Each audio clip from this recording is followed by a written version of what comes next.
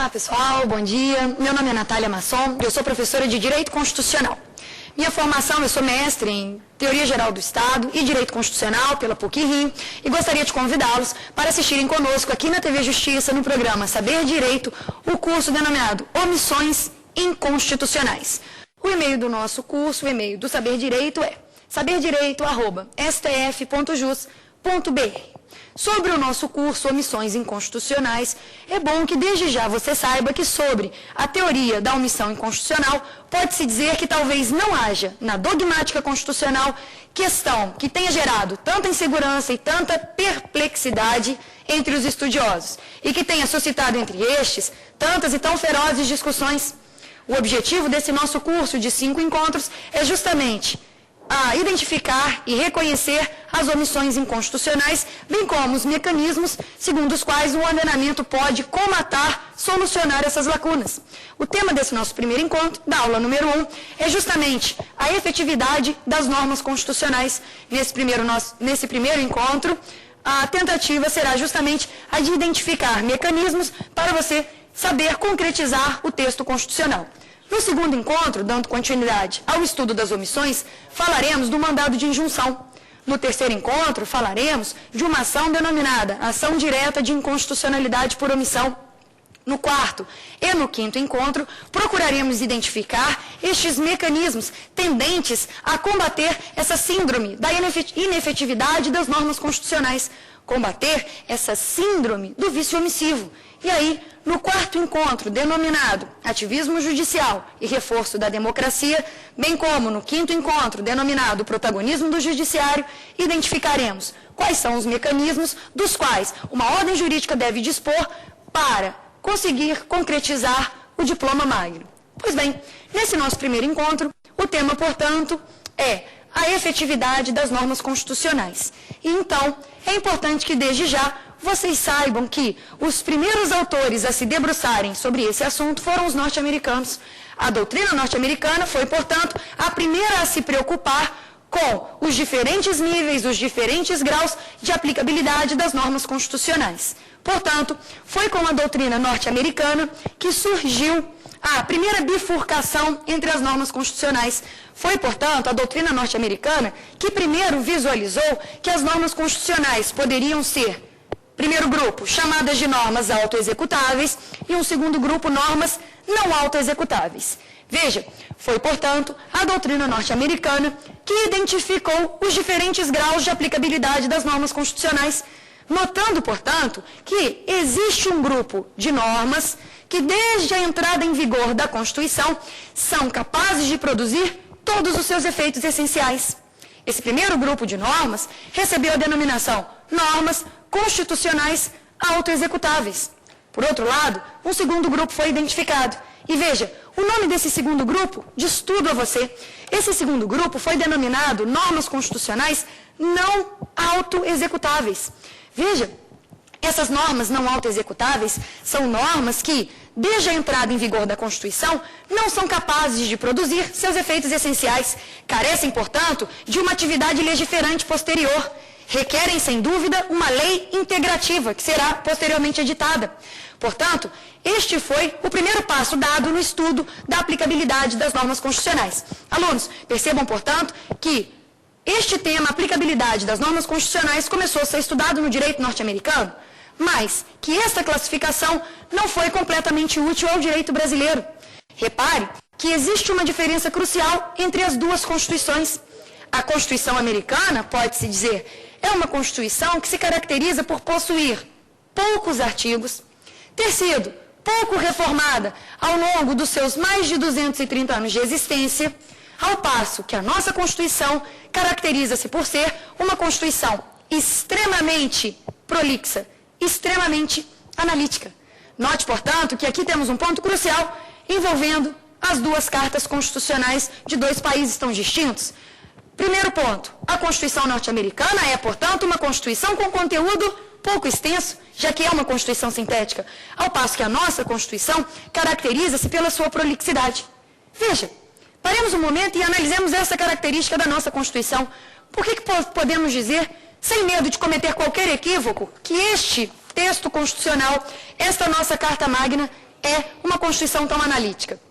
Repare que, em regra, as constituições no mundo tratam somente de matéria constitucional. Saibam, portanto, que existe um núcleo de questões, existe um grupo de questões que pode ser identificado como matéria constitucional. E aí, nesse sentido, meus caros alunos, esse grupo de questões, esse grupo de matérias é denominado normas materialmente constitucionais. Agora, o que seria, você que acompanha essa aula em casa, o que seria esse núcleo essencial de normas constitucionais? O que seria, em suma, o termo, ou o que quer dizer o termo, matéria constitucional? Perceba que existem determinadas questões que todo o Estado deve definir para que um projeto básico se construa, uma identidade nacional se construa. Então, nesse sentido, saibam que existe um grupo de questões que são denominadas matérias constitucionais. Quais são essas matérias? Para a maior parte da doutrina, essas matérias são estruturação do Estado, organização e estruturação dos poderes que compõem esse Estado, bem como a previsão dos direitos e das garantias individuais. Deste modo, todos os artigos numa Constituição que tratarem desse tema são artigos identificados como materialmente constitucionais. Existem, no entanto, constituições que fogem a esta construção. Constituições que, ao terem seu texto elaborado, trataram de outras matérias, de outros assuntos que não são considerados essenciais à formação de um Estado. Veja, por exemplo, o que aconteceu com a nossa Constituição. A nossa Constituição tem determinados dispositivos que a gente pode dizer não guardam qualquer relação com matéria constitucional. Reparem o que vem descrito, por exemplo, no artigo 242, parágrafo 2º do texto constitucional. No artigo 242, parágrafo 2º do texto constitucional, nós temos o seguinte dispositivo. O Colégio Pedro II, localizado na cidade do Rio de Janeiro, permanecerá na órbita federal. Veja, se você não teve Constituição para acompanhar, perceba a narração que eu faço do dispositivo 242, parágrafo 2º da nossa Constituição. O Colégio Pedro II, localizado na cidade do Rio de Janeiro, permanecerá na órbita federal. Ora, isso é matéria constitucional? Tem alguma relação com a estruturação do Estado, com a organização dos poderes ou com previsão de direitos e garantias individuais? De certo que não. De modo que este assunto não é materialmente constitucional. E a norma que traz esse assunto e o coloca no texto da Constituição não pode ser tida ou considerada como materialmente constitucional. Repare, portanto, que dentro de uma mesma Constituição, dentro de um corpo constitucional, existem normas que são materialmente constitucionais e normas que são tão somente formalmente constitucionais, por constarem aqui deste texto. Portanto, voltando ao tema aqui que nos interessa, perceba que as constituições podem se caracterizar como prolixas ou analíticas justamente porque contêm em seu texto normas para além daquela matéria constitucional, porque tratam de assuntos não só aqueles suficientes para regular e construir um Estado, mas descem a pormenores, tratam de questões que não devem ser consideradas questões exclusivamente constitucionais. Esse é o caso da Constituição brasileira. Uma Constituição que, para além de organizar e estruturar o Estado, para além de prever direitos e garantias individuais, tratou em seu texto de outras questões que, em alguns outros ordenamentos, se vistos sob a ótica do direito comparado, foram tratados pela legislação ordinária. Desse modo, se você é capaz de identificar a prolixidade do texto constitucional, você é capaz de notar o porquê desta classificação norte-americana não ter funcionado tão bem no Brasil. E aí, vejam, alunos, eu preciso identificar um modo de sofisticar, de rebuscar essa classificação que, num primeiro momento, foi pensada lá pela doutrina norte-americana. E aí, quem seria capaz de fazer isso? O Rui Barbosa, que complementou seus estudos com o direito norte-americano, importou essa classificação para o Brasil, se utilizando de duas expressões: normas auto-aplicáveis e normas não auto-aplicáveis. Identificar as normas constitucionais exclusivamente como auto-aplicáveis e não auto-aplicáveis não é suficiente. Não é suficiente porque essa Constituição precisa e depende de uma classificação mais sofisticada. Afinal de contas, é, sim, uma classificação mais prolixa. Note, portanto, que foi justamente a característica referente à extensão dos textos que afastou a classificação nos Estados Unidos da classificação feita no Brasil. E aí, nesse sentido, vocês todos agora já estão prontos para identificar qual é a classificação que no Brasil ganhou status e que é utilizada até hoje não só pelo Supremo Tribunal Federal, como também pelas bancas examinadoras. O José Afonso da Silva, grande e excelente doutrinador, quando se debruçou sobre esse assunto para iniciar seus estudos, notou que entre as normas auto-aplicáveis no direito brasileiro, podíamos fracioná-las em dois grupos. Notou que entre essas normas que produzem seus efeitos sozinhas, independentemente de uma regulamentação posterior, nós podíamos identificar dois subgrupos de normas. A este primeiro subgrupo, o José Afonso da Silva deu o nome de norma de eficácia plena. Ao segundo subgrupo, o José Afonso da Silva deu o nome de norma de eficácia contida. Então, repare, nossa primeira tarefa aqui, no nosso primeiro encontro do curso Omissões Inconstitucionais, é identificar essas classificações. Começaremos, por óbvio, pela classificação posta pelo José Afonso da Silva. E aí o José Afonso da Silva pegou esse grande grupo de normas auto-aplicáveis, normas, portanto, que produzem ou têm a capacidade de produzir sozinhas seus efeitos essenciais desde a entrada em vigor da Constituição e o fracionou em dois subgrupos. Que subgrupos são esses? As normas de eficácia plena e as normas de eficácia contida. Desde já, eu gostaria que vocês reparassem que essas normas constitucionais, ainda que pertencentes a dois diferentes grupos, possuem uma semelhança. Produzem ou têm a capacidade de produzir todos os seus efeitos desde a entrada em vigor da Constituição, sem depender de uma legislação posterior, sem depender da atividade legislativa. Note, portanto, que esta é a semelhança. Precisamos, no entanto, identificar qual é a diferença entre essas normas. Uma diferença, alunos, que justifique a separação delas em dois subgrupos. Temos, portanto, a norma de eficácia plena e a contida. Vamos agora trabalhar sobre essas duas classificações. Primeiro, o que seria uma norma com aplicabilidade plena, segundo José Afonso da Silva. Em termos informais, primeiro, para você que acompanha o programa, poder desde já definir o que é essa norma. É aquela que já nasceu pronta e acabada. Eu diria, é aquela norma que possui uma eficácia direta, imediata e integral. Então veja, alunos aqui no estúdio comigo, essa anotação é importante. O que é uma norma de eficácia plena? Em termo vulgar, é aquela norma que já nasceu pronta e acabada, que é capaz de produzir todos os seus efeitos essenciais sozinha, independentemente de uma regulamentação posterior. Mas veja, o que vocês diriam com relação aos níveis de eficácia dessa norma, ao grau de eficácia dela? E aí, nesse sentido, é bom que você saiba, esta norma tem eficácia direta, esta norma tem eficácia imediata, esta norma tem eficácia integral. Assim, professora Natália, mas eu preciso de um exemplo, claro. Então, eu te forneço o primeiro exemplo. Se você tem Constituição, abra o seu texto magno no artigo 5º, inciso 2. Lá no artigo 5º, inciso 2 da Constituição, você identifica um princípio denominado princípio da legalidade, um princípio que é pedra de toque do direito penal, um princípio que é pedra de toque também do direito tributário. E veja, ele foi disposto na Constituição nos seguintes termos: ninguém será obrigado a fazer ou a deixar de fazer alguma coisa, senão em virtude de lei. Veja, a redação do dispositivo: ninguém será obrigado a fazer ou a deixar de fazer alguma coisa, senão em virtude de lei. Desde o momento em que a Constituição foi promulgada, todos nós sabemos que só uma lei nos obriga e só uma lei nos impede de agir. De modo que, com a entrada em vigor do texto constitucional, a legalidade já produzia todos os seus efeitos essenciais, sendo, portanto, norma de eficácia plena.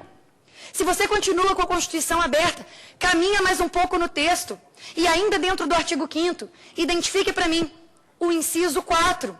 Artigo 5º, pessoal, inciso 4º. Lá no inciso 4º do artigo 5º, a redação posta é justamente a seguinte: é livre a manifestação do pensamento, sendo vedado o anonimato. Ora, todos nós sabemos, desde a entrada em vigor da Constituição, que a manifestação do pensamento é livre, desde que você não se esconda sob o anonimato. Repare, é livre a manifestação do pensamento, sendo vedado o quê, professora? Vedado o anonimato. Todos nós sabemos, portanto, que temos a liberdade de manifestação desde que não nos escondamos sobre o escudo do anonimato. Proteção esta, direito este, liberdade esta garantida desde a entrada em vigor do nosso texto magno. Temos então, portanto, 2 exemplos de norma de aplicabilidade plena para que você note as principais características deste tipo de norma constitucional. Agora, continua comigo no grupo das normas auto-aplicáveis, porque é justamente nesse grupo das normas auto-aplicáveis que nós precisamos agora identificar o segundo subgrupo. E esse segundo subgrupo recebe o nome de norma de eficácia contida. Bom, para iniciar o estudo sobre a nossa norma de eficácia contida, seria bom trabalharmos desde já com um exemplo. E você que continua com a Constituição aberta, fazendo leitura comigo do artigo 5º, caminhe um pouco mais na sua Constituição. E abra agora, dentro do artigo 5º, o inciso 58. Lá no inciso 58, você encontra a seguinte redação. Vamos para lá. Artigo 5º, inciso 58 do texto constitucional. O civilmente identificado não será submetido à identificação criminal. Tem um ponto aí? Se você está com a Constituição em mãos, você sabe que não. A redação é justamente a seguinte: o civilmente identificado não será submetido à identificação criminal, vírgula, salvo nas hipóteses previstas em lei. Vamos por partes. Primeiro, quem é o civilmente identificado? Veja, eu estou civilmente identificada. Por quê? Porque trago comigo aqui no programa, tenho aqui, porto, a minha carteira nacional de habilitação. Bom, outros alunos estão civilmente identificados. Por quê? Possivelmente, vocês trouxeram consigo a carteira de identidade, outros trouxeram uma carteira de motorista, outros trouxeram, vamos imaginar, uma carteira de trabalho, um CPF, de modo que a gente pode teorizar. Quem é o civilmente identificado? Civilmente identificado é aquele que traz consigo, é aquele que porta um documento de identificação civil válido em todo o território nacional. Então, repetindo, para você que está acompanhando o programa, se precisa de uma definição sobre o civilmente identificado, fique com esta. Civilmente identificado é aquele que porta um documento de identificação civil válido em todo o território nacional, ok? O civilmente identificado tem um direito constante aqui do texto da nossa Constituição. Lá no artigo 5º, inciso 58, está expresso que o civilmente identificado não será submetido à identificação criminal. O que seria a identificação criminal? Eu tenho certeza que aqui no estúdio, os alunos que me acompanham no programa de hoje sabem que identificação criminal é um processo complexo que envolve pelo menos 3 atos. Quais são esses 3 atos? Ato número 1, colhimento das impressões digitais, das impressões datiloscópicas. Ato número 2, foto de frente e de perfil. Ato número 3, o exame grafotécnico, ou seja, já nesse terceiro ato, pede-se que o indivíduo narre de próprio punho sua vida pregressa. De modo que isto é identificação criminal. Este procedimento complexo que envolve, pelo menos, a prática de 3 atos. Quais atos, professora? Repito para você. Ato número 1, colhimento das impressões digitais que individualizam uma pessoa. Ato número 2, uma foto de frente e de perfil. Ato número 3, uma narração de próprio punho da vida pregressa do indivíduo. Repare, agora, qual é o direito que você, estando civilmente identificado, possui? Primeiro ponto, o civilmente identificado não será submetido à identificação criminal, de modo que existe desde a promulgação da Constituição, um direito para aquele que está civilmente identificado. Estando identificado com documento civil válido em todo o território nacional, este indivíduo não será, de modo algum, submetido a uma identificação criminal. Esse indivíduo está livre dessa levada à delegacia e desse constrangimento de passar por esse procedimento complexo que o identificará criminalmente. Mas veja, reflitam aqui comigo no estúdio, reflitam comigo em casa. Este direito é um direito absoluto? Toda vez que você estiver civilmente identificado, você não pode ser levado à delegacia mais próxima para uma identificação criminal? Veja, tornou-se quase que uma cláusula de estilo dizer que no Brasil não existem direitos absolutos. O Norberto Bobbio, na Era dos Direitos, contesta isso ao afirmar que, pelo menos um direito, eu poderia reconhecer a ele o caráter de ser absoluto, o direito de não se submeter à tortura, o direito de não ser reduzido à condição análoga de escravo. Mas veja, de forma específica, o direito que aqui juntos agora analisamos, referente ao artigo 5º, inciso 58 da Constituição, eu posso te dizer, esse direito não é absoluto. Não é absoluto porque depois dessa narração eu tenho uma vírgula, e a vírgula diz, salvo nas hipóteses previstas em lei, veja bem, pode vir uma lei, e esta lei pode estabelecer restrições ao direito, pode vir uma lei, e esta lei estabelecer exceções a esse direito que você tem desde 5 de outubro de 88. Portanto, repare, aqui pode ocorrer uma produção normativa, uma produção legislativa, e se essa produção ocorrer, e veja bem, se uma lei for editada, a lei trará exceções. Ainda dentro desse dispositivo, pense comigo, existe hoje alguma possibilidade de você, estando civilmente identificado, ser submetido à identificação criminal? A primeira lei que dispôs sobre esse assunto foi o ECA, Estatuto da Criança e do Adolescente. Veja bem, o ECA, o Estatuto da Criança e do Adolescente, foi o primeiro diploma normativo a permitir essa possibilidade. E disse, se quiserem anotar o artigo, no artigo 109 do Estatuto da Criança e do Adolescente, disse que o menor infrator, ainda que civilmente identificado, poderia ser submetido à identificação criminal se pairasse dúvida sobre a identidade do mesmo.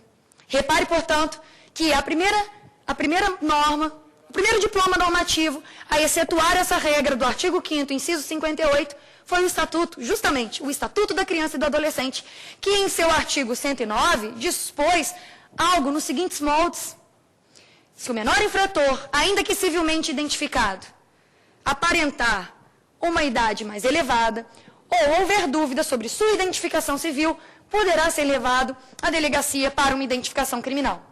Bom, depois do ECA, outros diplomas vieram sim, meus caros. E o primeiro diploma que veio foi justamente a Lei de Organizações Criminosas. A Lei de Organizações Criminosas, que é a Lei 9.034 de 94. Tá ok? Então, desculpa, de 95, fazendo a correção. Lei de Organizações Criminosas. A Lei 9.034 de 95. Lá em seu artigo 5º, esta lei dispôs que aquele que voluntariamente declarasse fazer parte de uma organização criminosa, este indivíduo se declarasse fazer parte voluntariamente de uma organização criminosa no curso de um inquérito policial, ainda que estivesse civilmente identificado, poderia ser identificado criminalmente. Temos aí, portanto, a segunda exceção ao direito. Veja, portanto, que outro diploma normativo surgiu, e neste outro diploma normativo tive uma apresentação de uma nova exceção ao dispositivo que agora analisamos no artigo 5º, inciso 58. Primeiro veio o ECA, depois veio a Lei de Organizações Criminosas, que, número 9.034 de 95, que em seu artigo 5º dispôs desse modo, permitindo, portanto, uma restrição a esse direito individual. Bom, ao fim, tivemos ainda a Lei 10.054 de 2000. Se você se prepara para algum concurso ou se quer fazer uma análise mais adequada desse dispositivo, é crucial que você faça a leitura desta lei para complementá-lo. Faça, portanto, essa anotação. A Lei 10.054 de 2000 é o diploma que organizou as hipóteses em que o indivíduo, mesmo estando civilmente identificado, seria submetido à identificação criminal. Portanto, analisando o artigo 5º, inciso 58, podemos, por meio desse exemplo, extrair alguma construção teórica mais genérica. Podemos, portanto, notar que uma norma de eficácia contida é aquela apta a produzir seus efeitos essenciais desde a promulgação da Constituição. No entanto, com relação à norma de eficácia contida, pode-se dizer que o legislador originário, ao prevê-la, permitiu que o legislador derivado, permitiu que um poder constituído editasse leis para regulamentá-la. Só que veja, transporta essa questão aqui então para a nossa banca número 1 de alunos. Se vocês analisam e avaliam a norma constitucional de eficácia contida, e se eu perguntasse a vocês, esta norma precisa de regulamentação para produzir seus efeitos? Essa norma depende de regulamentação para produzir seus efeitos? Ou, por outro lado, essa norma produz efeitos sozinha? Tenho, em suma, e essa é a minha pergunta para vocês, e você em casa acompanhe e tente responder conosco. Essa norma de eficácia contida depende de regulamentação? Aqui existe uma faculdade para regulamentá-la ou existe, por outro lado, uma obrigação? O que vocês acham? O aluno aqui no estúdio nos responde: eu acredito que tal norma para produção de efeitos não depende de uma regulamentação, mas pode ser regulamentada? Pode sim. Pode ser regulamentada, perfeito. Resposta absolutamente adequada, afinal de contas, esta é a característica crucial de uma norma de eficácia contida. Ela não precisa ser regulamentada. Sua produção de efeitos não depende de regulamentação. Por outro lado, sua produção de efeitos se dá desde que a Constituição entra em vigor. No entanto, se o legislador ordinário quiser editar uma lei para regulamentá-la, criando exceções, estabelecendo restrições ao direito, isso é possível. Por quê? Porque, como foi respondido aqui agora no estúdio, pelo grupo de alunos que está compondo a banca número 1, aqui não existe obrigação de legislar. Existe, por outro lado, uma faculdade legislativa. Então, ótimo. Agora, continuem comigo na análise das normas constitucionais, mudando, no entanto, de campo. Agora que você apreciou, de forma sucinta, quais são as normas autoaplicáveis e as fracionamos em dois grupos distintos. Por quê? Porque identificamos normas autoaplicáveis de aplicabilidade plena, normas autoaplicáveis de aplicabilidade contida. A gente pode enfrentar um outro campo de normas constitucionais, denominadas na doutrina americana de normas não autoexecutáveis. Aqui no Brasil, de normas não autoaplicáveis. Dentro dessas normas não autoaplicáveis, também criaremos subgrupos. Mas, desde já, conheça a característica que as une. Todas as normas, denominadas normas de eficácia limitada, pertencentes a este grupo, normas não autoexecutáveis, são aquelas que, sozinhas, não são capazes de produzir todos os seus efeitos essenciais.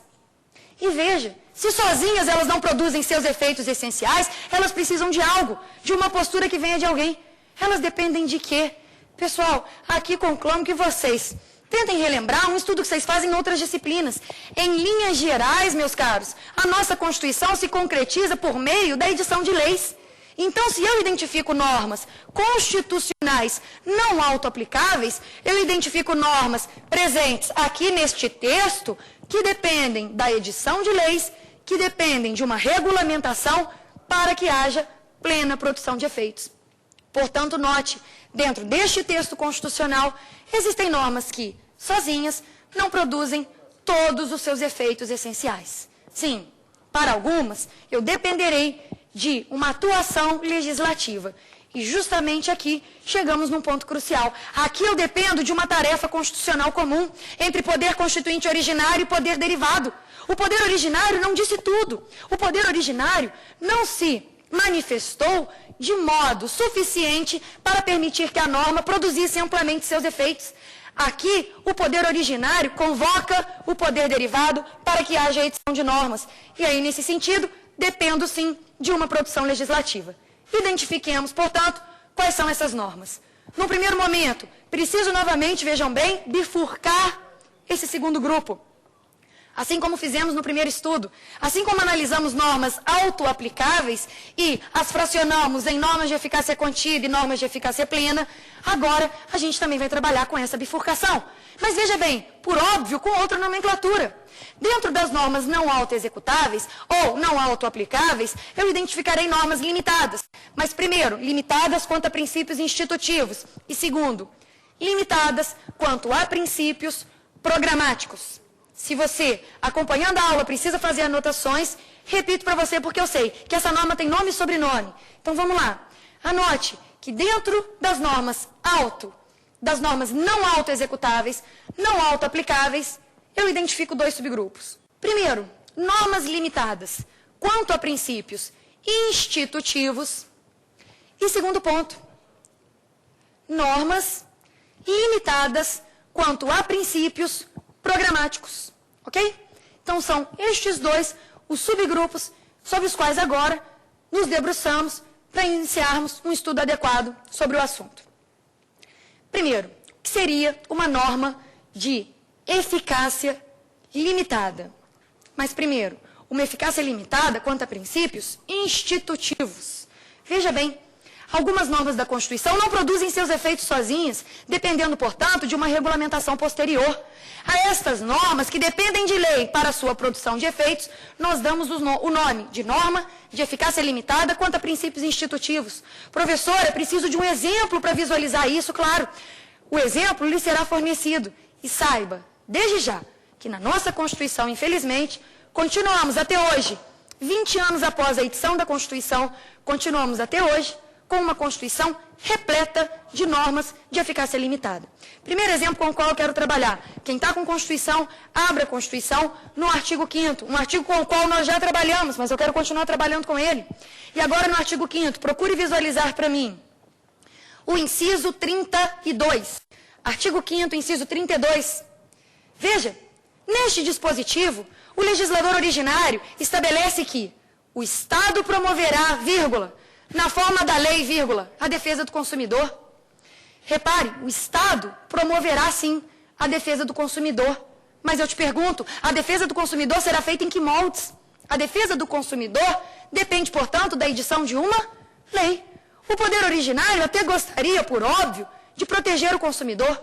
O poder originário quer estabelecer direitos ao consumidor, estabelecendo quem é essa categoria, quem é o fornecedor e como se dará o ônus da prova nesse caso, há ou não inversão. O fato é que o legislador originário não regulamentou de modo suficiente essa matéria, permitindo, portanto, que houvesse a edição posterior de uma lei para a plena produção de efeitos. Volta ao dispositivo. Artigo 5º, inciso 32. O Estado promoverá, na forma da lei, a defesa do consumidor. Pois bem, enquanto não houver uma lei regulamentando esse dispositivo, não há que se falar em direito do consumidor no direito brasileiro.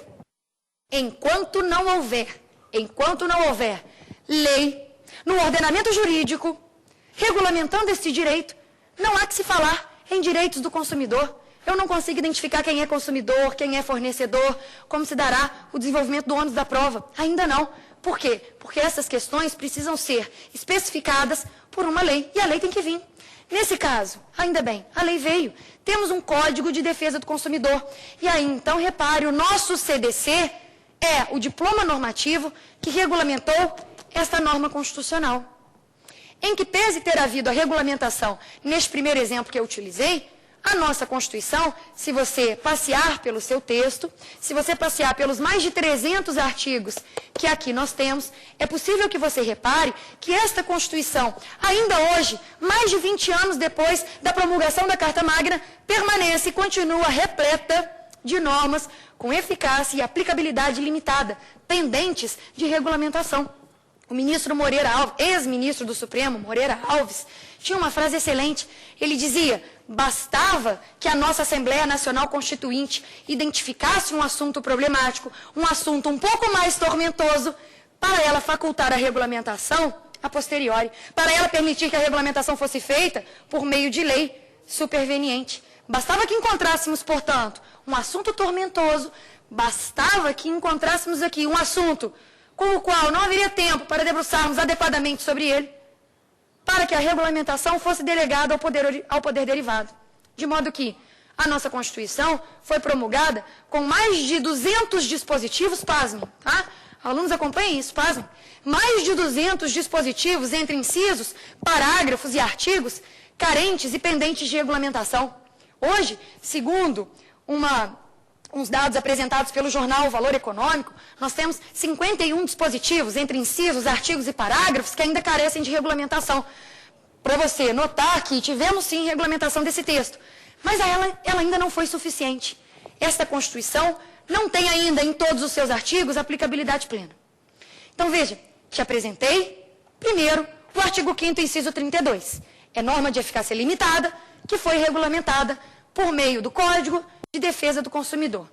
Mas se você continua passeando pela Constituição, e agora eu te convido para sairmos um pouco dos direitos fundamentais no artigo 5º, avançarmos na leitura do texto e identificarmos um mesmo tipo de norma, com eficácia limitada quanto a princípios institutivos, mas presente em outro título da Constituição. Se você precisa dessa anotação, verifique aí, artigo 153, inciso 7º do texto magno. No artigo 153, inciso 7º da Constituição, nós temos a seguinte redação: a União poderá instituir impostos sobre, inciso 7º, grandes fortunas nos termos de lei complementar. Repito o dispositivo para vocês. A União poderá instituir impostos sobre, inciso 7º, grandes fortunas, vírgula, nos termos de lei complementar. Pessoal, vocês acham que o poder originário gostaria que as grandes fortunas fossem tributadas? Sim ou não? Sim. É claro que as grandes fortunas deveriam ser tributadas. Esse, pelo menos, foi o planejamento feito pelo poder originário. Mas tal tributação se desenvolveria por meio da edição de uma lei complementar. Pergunto a vocês todos, aos nossos 15 alunos que montam aqui as 3 bancadas no Saber Direito. Alguém aqui já pagou ou já viu outrem pagar o imposto sobre grandes fortunas? Não, nem eu. Por que não? Porque, veja, nunca foi editada a lei complementar regulamentando esse dispositivo. De modo que hoje, ainda hoje, no ano de 2009, o artigo 153, inciso 7º, como outros tantos que eu identifico na Constituição, permanece sem regulamentação. Esse dispositivo ainda hoje não foi regulamentado. E acredito, não o será, já que passados tantos anos, ainda não tivemos regulamentação. Agora veja, isso aqui é importantíssimo. A norma de eficácia limitada, ainda que não esteja regulamentada, possui ou não algum efeito? Eu convido os meus alunos aqui agora do estúdio a refletirem sobre essa questão comigo, porque essa questão é uma questão crucial. Uma norma de eficácia limitada, pendente de regulamentação, produz ou não algum efeito? Ou você teria a ousadia de dizer que esta norma, que é uma norma constitucional, não produz efeitos algum? Passa então a bola para a mesa 2, e a pergunta é justamente a seguinte: uma norma constitucional de eficácia limitada, ainda não regulamentada, produz algum efeito ou não? Professora Natália, ao meu entendimento, a norma constitucional de eficácia limitada produz sim efeito por se tratar de uma norma constitucional. Perfeito. Eu acho que a argumentação que você está apresentando é a mais adequada. A norma de eficácia limitada, ainda que tenha, minha cara, eficácia limitada, não deixa de ser uma norma constitucional. E, em sendo uma norma constitucional, tem alguma eficácia. Qual? Vocês vão achar a questão bem tautológica, mas qual? Ilimitada. A eficácia é reduzida, é limitada, eu sei. Mas algum efeito essa norma produz desde já. Que efeito seria esse? Veja bem, algum efeito essa norma tem que produzir. E esse efeito pode ser identificado do seguinte modo: essa norma é constitucional e, portanto, funciona como parâmetro para o controle de constitucionalidade. Reparem o seguinte: se uma norma constitucional de eficácia limitada não regulamentada dispõe sobre o assunto de modo X, e se uma lei ordinária dispuser sobre o assunto de modo contrário, as duas podem conviver no mesmo ordenamento? Não. O nosso ordenamento, e eu vou repetir essa frase mais de uma vez, nesses nossos encontros, ao longo dos nossos 5 encontros, nesse curso sobre omissões inconstitucionais, o nosso ordenamento não é um amontoado bagunçado de normas. O nosso ordenamento jurídico é completamente hierarquizado, escalonado. E aí, então, há que haver concordância e harmonia entre as normas. Se uma lei ordinária afronta uma norma constitucional de eficácia limitada, é bom que você note que essa lei ordinária não pode permanecer no ordenamento, porque afronta o quê, meus amigos? O texto constitucional. Ah, professora, mas afronta uma norma da Constituição carente de regulamentação. Neste ponto, nada me interessa. Repare que a norma constitucional, tendo sido ou não regulamentada, possuindo qual aplicabilidade ou eficácia? Deixa eu ver. Esta norma é constitucional e, portanto, ocupa o ponto mais alto do ordenamento jurídico. Esta norma possui o mais alto status que uma norma constitucional pode ter, que uma norma jurídica pode ter. Ela é constitucional. Então, veja, é bom que frise-se aqui desde já que a aluna aqui do grupo 2 que nos respondeu dizendo que toda norma constitucional tem eficácia, tem toda a razão.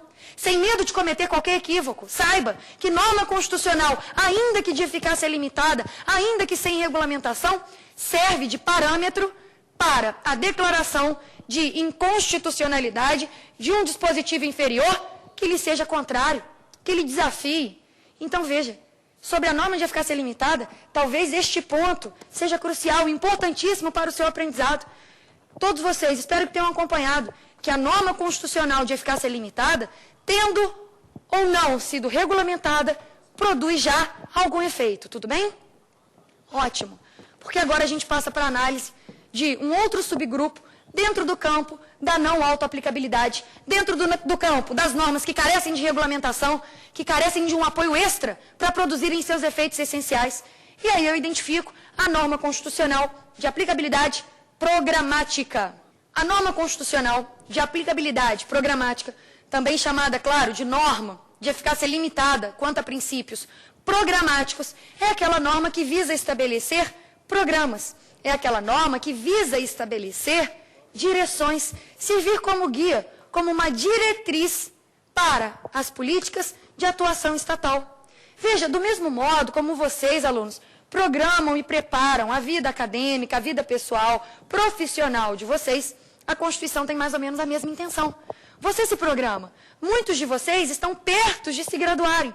Já têm planos, portanto, sobre a profissão que vão exercer.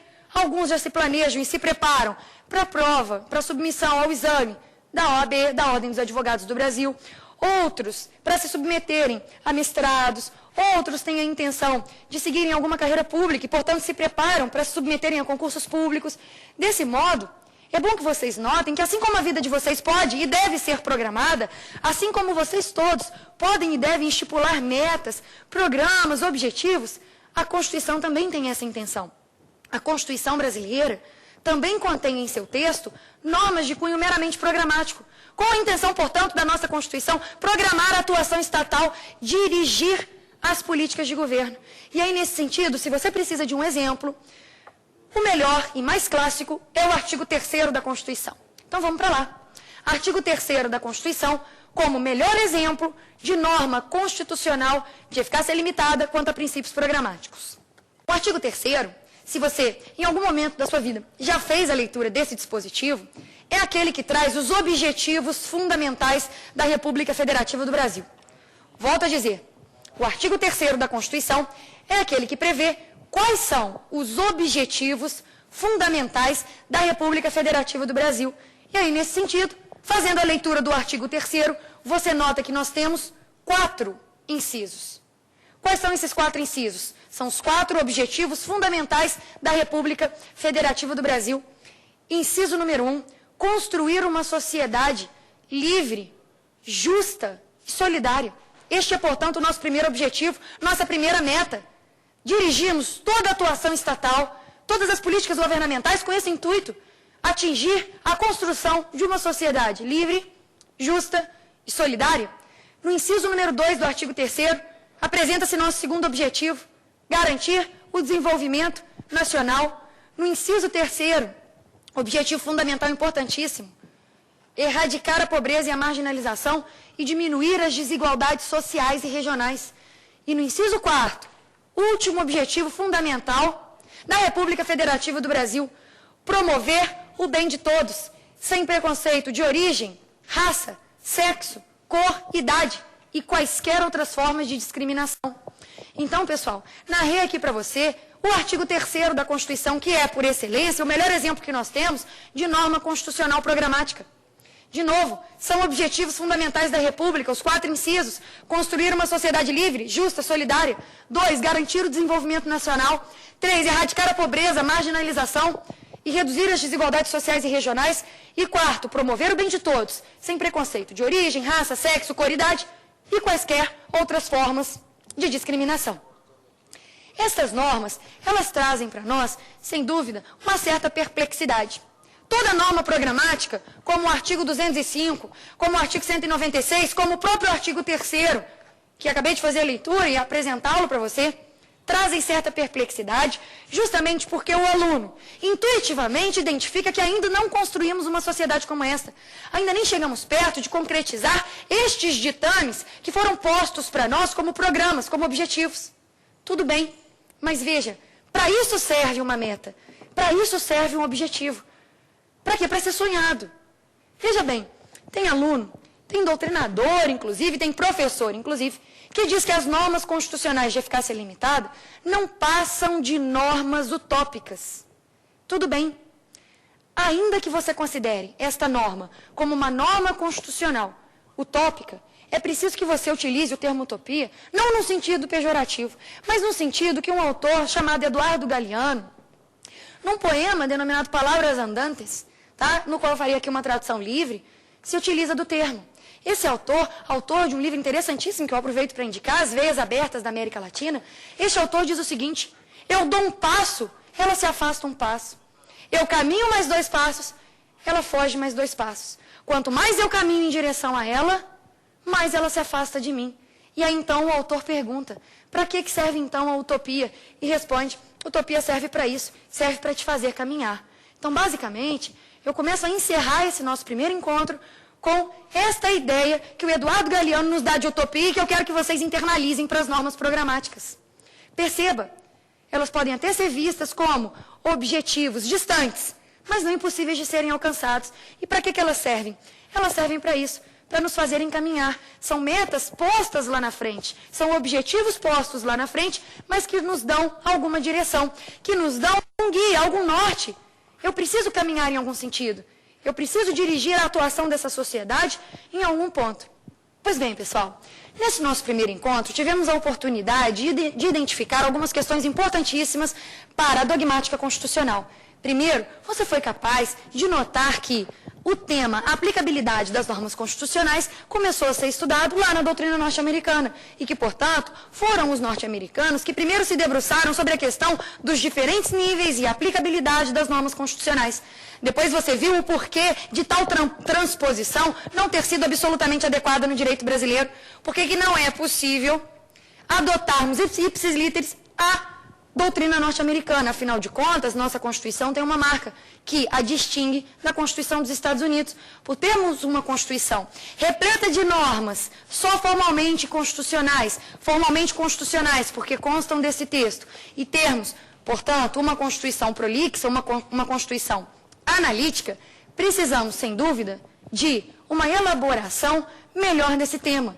E aí entra em cena o José Afonso da Silva, que em 1967, como vimos lá no início da aula, apresentou uma classificação mais rebuscada. Pois bem, nesse primeiro encontro, tivemos a oportunidade de visualizar quais são, por meio inclusive de exemplos, as normas constitucionais de aplicabilidade plena, de aplicabilidade contida, de aplicabilidade limitada e aplicabilidade programática. Feita essa primeira análise de identificação de quais são essas normas, deixamos para o encontro seguinte questões polêmicas envolvendo a efetividade das normas e o meio de sanarmos eventuais vícios omissivos decorrentes da falta de regulamentação aqui no texto constitucional. Então, veja, o nosso primeiro encontro teve, sim, o intuito de te apresentar este que talvez seja um dos temas mais tormentosos e, por isso, fascinantes da dogmática constitucional, chamado omissões inconstitucionais. Primeiro, se vocês quiserem rever essa aula, no site aqui da TV Justiça, e anote o endereço, www.tvjustiça.jus.br, você terá essa oportunidade. Repito, um e-mail do curso Saber Direito que passei para vocês já no início da aula, saberdireito@stf.jus.br. E mais, no nosso segundo encontro, espero revê-lo para darmos continuidade a esse estudo. E, nessa segunda aula intitulada Mandado de Injunção, finalizaremos o estudo das normas constitucionais e iniciaremos o estudo desse remédio constitucional importantíssimo para a dogmática das omissões. Ok? Então, um forte abraço para vocês. Obrigado por assistirem o programa. Conto com a presença de todos na aula de amanhã. Ok?